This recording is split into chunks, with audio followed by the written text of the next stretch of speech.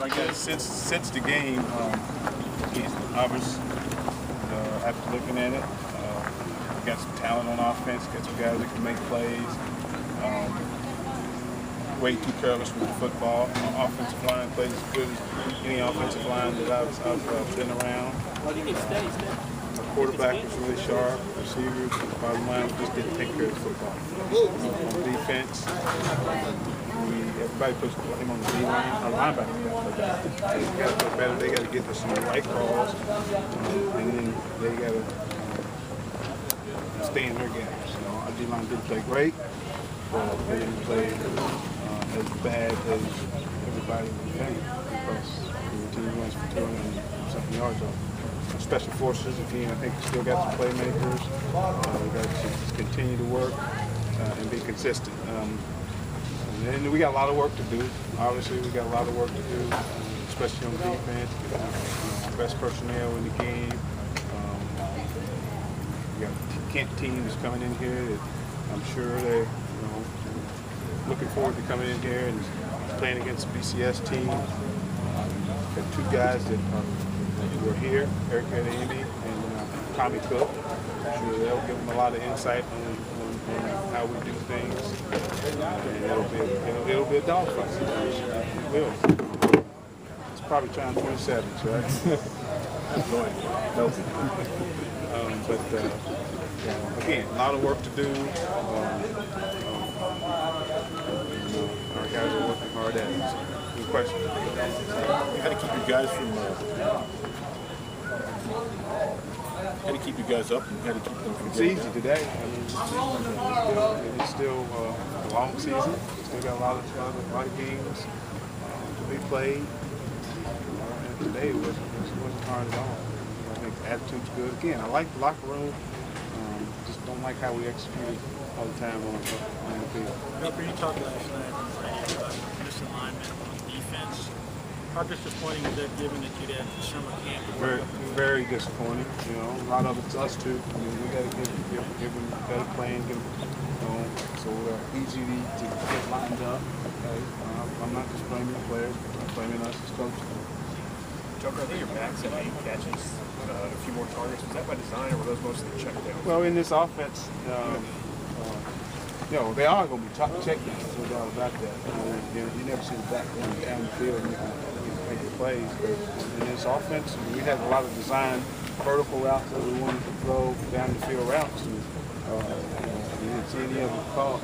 So quarterbacks next read is to drop it off to our tailbacks and allow those guys to go make a play for us. And that's the same thing on third down. Guys want to throw to the sticks. And that's so. I don't know where everybody came up with that. I mean, I remember people saying it when I was in Pee Wee football, but it's hard to throw at the sticks. What the defense is going to do is set at the sticks. A lot of times, with all the stuff that we have, crossing routes and those things, we make 3 or 4 first downs and guys running across the field, catching the ball, getting the foot in the ground, and getting the seam. That's how you make first downs also. If they're playing tight coverage and you get over the top of them and get past the sticks, that's. But we got to get it to our backs because Sheep coming out of the backfield and moving, Raymond's coming out of the backfield and matched up one-on-one with linebackers. Those things give us a chance to make bigger plays really than the wide receivers because now you got man coverage and the outside guys are turning their back and now you got those guys matched up on the linebacker, which we expect them to win. How many big plays did Raphael look at? We didn't have our 20-yard plays this past week, but we got to have those type of routes, and our backs got to be big in our passing game. Same with our tight ends. Our tight ends got to be the same type of guys also, because you're not throwing the ball down the field. One of them is really capable of getting stretching the field. Therefore, the rest of them have to be really good. All the confidence the offense has turned a corner now. I mean, now that you've seen them. You never get. I don't ever get really confident. I really like how we executed on Sunday. We got to continue to grow offensively. We got to keep ourselves on the field. We got to run the ball more. Our backs only touched it 13 times. We got to give our backs more opportunities. All the big play talk in the preseason was about DeMarco. Were you guys sandbagging a little bit on Collins, or did he surprise you guys? You know, here's the thing. I was 1 year saying that Jacob Kennedy would lead us in receiving. Well, somebody else, because we're playing certain coverage, somebody else gets an opportunity. Well, Stevie Johnson got an opportunity to go for 1,300 yards, or 11 or 1,200 yards. So those things happen, and Marco wasn't able to get behind them. You guys did see some of the ability on the punt return that he has. But Darryl had a good, nice game because a lot of those routes that he caught was Marco clearing out and Darryl coming right in the board as he's taking up the field. So it's a high-low. You got a high guy, you got a low guy, you got a third guy. So 3-level routes. Darryl was able to make the plays. You had 9 guys with multiple receptions. Is that kind of encouraging to the guys who aren't starters to know that even if they're not going to be in there for the first play, they'll be in there a lot? It helps the practice tempo. It helps the attitude of the receivers in practice. Receivers want to catch the ball. They want to handle the ball when they see opportunities. You see in practice, they run an unbelievable amount. It only helps when seeing all those guys getting involved. Expect even more. We've got to get the young freshmen. We have to get those guys involved. Those guys are talented. Down the road, maybe even talented ones. Even the guys that came in last year, but they're not there yet.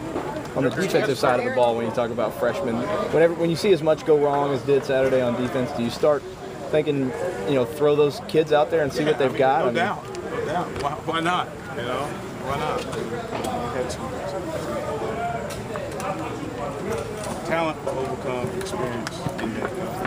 You're making mistakes as a sophomore, junior, no different than a freshman that's really talented. So you'll see some of the other freshmen getting more reps, especially in the front 7. So proud of Aaron. Stayed the course. He's grown up a lot. Many of you guys have watched him grow. I know you've watched him grow up. Going to school with your kids. He's grown up a lot. He's a lot more mature. He handles his business the right way. I'm so proud of him. He got an opportunity to not only play, but make some plays for us also. He will be a starter, no doubt. Now, other guys will play, but Aaron deserves to be a starter. Again, because of all the little things that he does a better job of blocking, and that's being unselfish. Before, doing all the little things that we expect of him.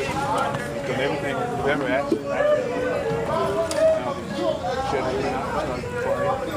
Therefore, he deserves to be the starter. Was there a point in time you were worried that he wasn't going to turn the corner? Because I know he's frustrated. Again, they don't always go up as fast as they go. I heard it last night on the show. Tom was reading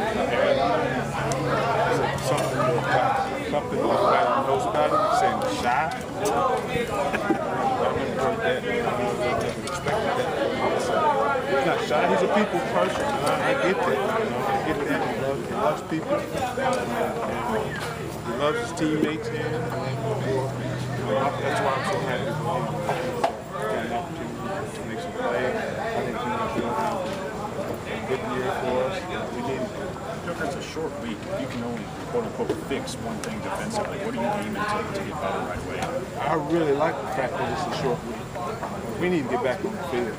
We do. And the one thing is just get lined up. Just get lined up. We're unsound and a lot of things with how we align. We just get lined up. Now we can see, really wasn't anybody getting whipped. Okay? You can't be a guy in this gap and the 2 gaps later another guy. Okay? You can't be there. Okay? And again, it's not the kids. We got to do a better job as coaches. You talked through the years about the importance of running the football and how you play action. This particular brand of offense, you can still play action. I know you scored it. Yeah. But it doesn't seem like it's there as much compared to being under center. Why is this the style of offense for this team? just because of the type of receivers we had, the quarterback, When we first saw this guy come in here and throw and work out with us, a bowl game, our first year, we got 5 practices in, you guys playing the thing that was on our mind. This is what this guy is. Spread the ball all over the field, get it out of his hands, manage protections. We really started then thinking about transitioning to this type of offense. Also saw the type of receivers that we don't have to have a couple big guys in the upper class, low class. We got 2 small, nifty little receivers, so we felt that then. But again, there is play actions involved in this offense. I think I like the action a little bit more, especially when you get down to the goal line. I think it draws people to you.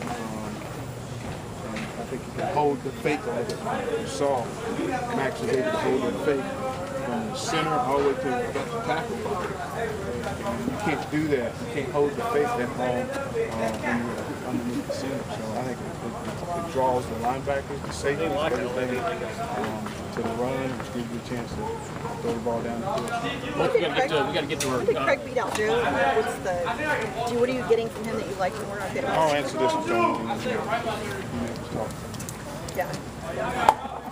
Well, we felt that Craig was better at executing the kicks, the onside kicks, the onside kick that we had before we started kicking them a little bit more. And we wanted to start off so we didn't give it away with the switch kickers and all those things. Everyone in the job, consistency, really consistent, more consistent. Wherever and how also moving up 5 actually helps us. Okay, thank you.